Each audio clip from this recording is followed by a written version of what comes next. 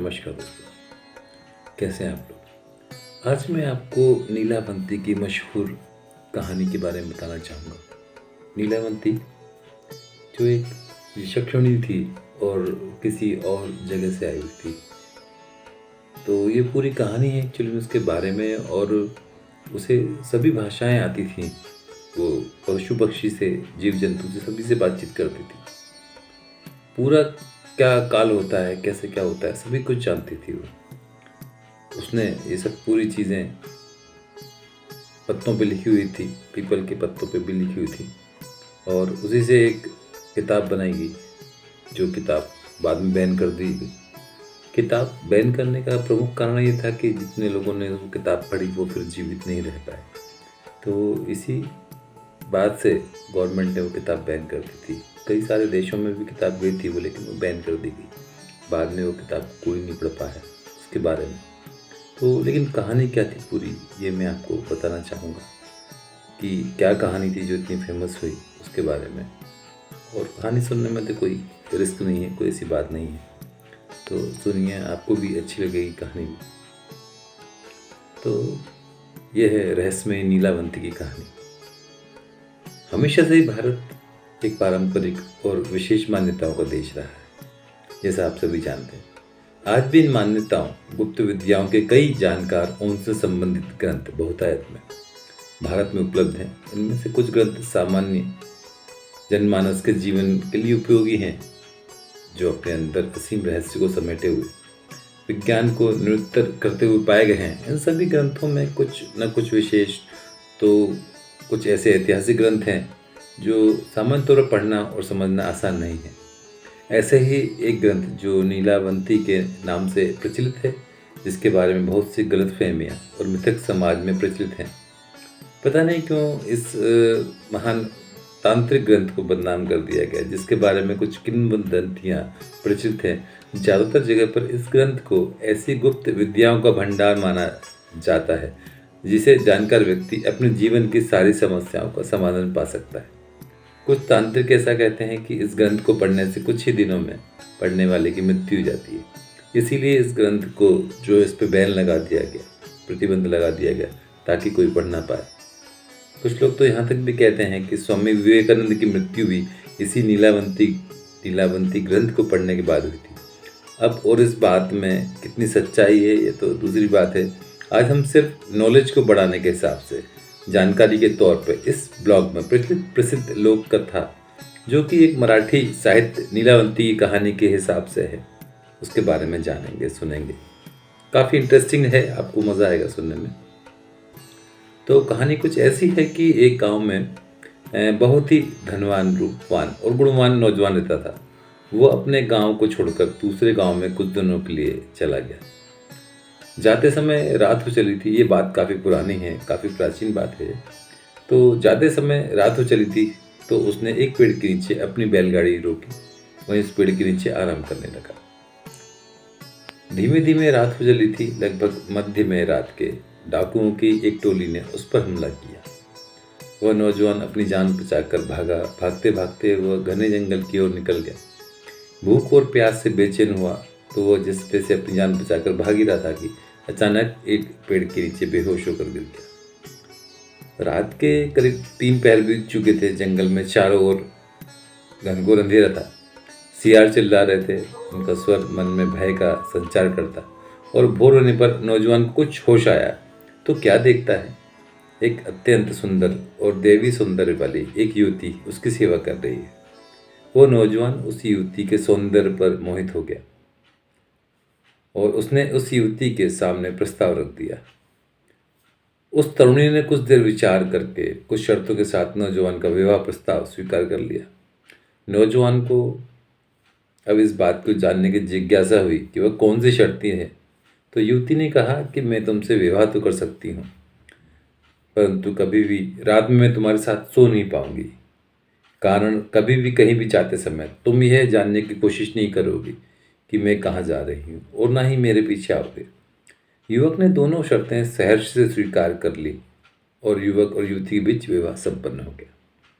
रात के समय अक्सर वह नीलावंती अपने बेडरूम से निकल कर घनघोर जंगलों की ओर चली जाती, परंतु उसका पति उससे कुछ नहीं कह पाता, क्योंकि नीलावंती ने पहले से ही ऐसा वचन ले लिया था कि आप मेरे आने जाने पर कोशिश नहीं करेंगे कि मैं कहाँ गई, क्यों गई। उस समय उनका वैवाहिक जीवन सामान्य चलता रहा, परंतु नीलावंती उस नौजवान के साथ खुश नहीं थी। वह अपने लोक वापस जाने के लिए दिन रात एक कर सभी भूत प्रेतों को तांत्रिक से मिलती रहती। बस एक ही उम्मीद थी कि किसी तरह उसे रास्ता मिल जाए, जिससे वो नीलावंती अपने यक्ष लोक को जा सके। एक्चुअली में जो नीलावंती थी वो पृथ्वीलोक की नहीं थी, वो यक्ष लोक की थी, और किसी तरह यहाँ पर फंस गई थी और पृथ्वीलोक से निकलना चाहती थी। तो इसीलिए वो प्रयास कर रही थी। काफ़ी सारी चीज़ें जानती थी वो, कैसे क्या जीव जंतु से बात करते रहे। वो अपने बारे में जो उसका जीवन था उसके बारे में भी पत्तों पे लिखती रहती थी। पीपल के जो पत्ते होते थे सूखे हुए, उस ज़माने में उन्हीं पे ही लिखा जाता था, तो उन पे लिखती रहती थी वो। खैर, तो वो जैसे कि वो अपने यक्ष लोक को जाने की इच्छा रखती थी, और चूँकि अब उसके लिए सारे प्रयास करती थी, तो वो विद्या सीखती थी, लोगों से बातचीत करती थी जाकर के, जो उस ज़माने में ऐसे तंत्र वगैरह जानते थे। तो तरह तरह की बलियाँ वलियाँ भी जो देते थे पशु पक्षी की, वो देती थी वो। उस ज़माने में जो भी चलता रहा होगा वैसा। समय बीतने लगा, गांव में नीलावंती के बारे में तरह तरह की बातें होने लगी, क्योंकि सब कुछ रेगुलर हो गया था उसके साथ, उसको जाना ऐसे रात को।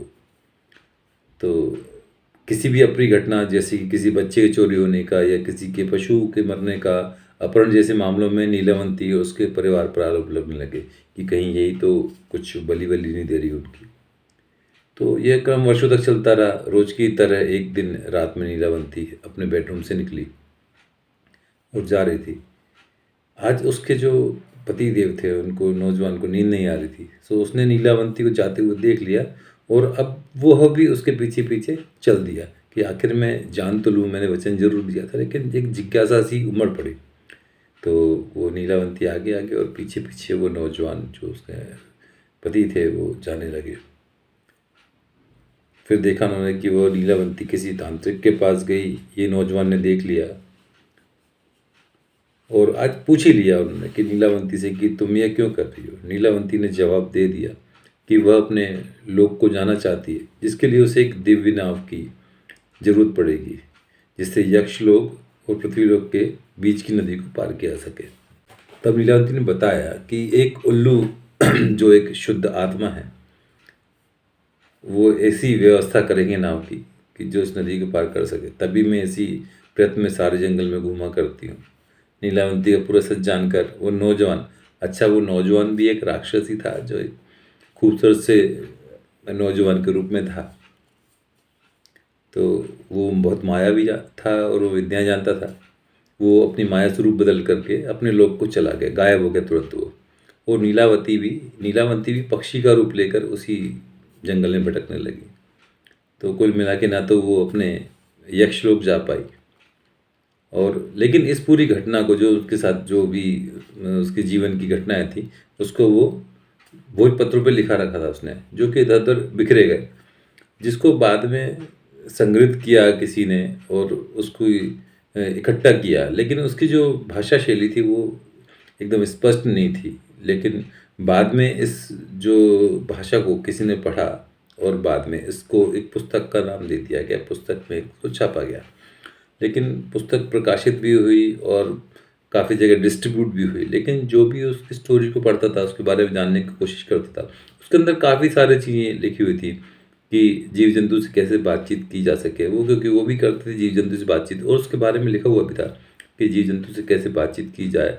तो जो ज़मीन के नीचे दबे हुए खजाने होते थे, उसके बारे में भी जीव जंतु बता दिया करते थे, उससे आप ढूंढ सकते थे। इस टाइप के कुछ था उसके अंदर। लेकिन और भी काफ़ी सारी चीज़ें लोगों को जानकारी मिलती थी इसके, कि वैसे भयभीत होकर लोग बाग जिंदा नहीं रह पाते थे। इस वजह से जो पुस्तक की किताब थी वो काफ़ी अजीब गरीब किताब थी, वो उसको बैन कर दिया गया।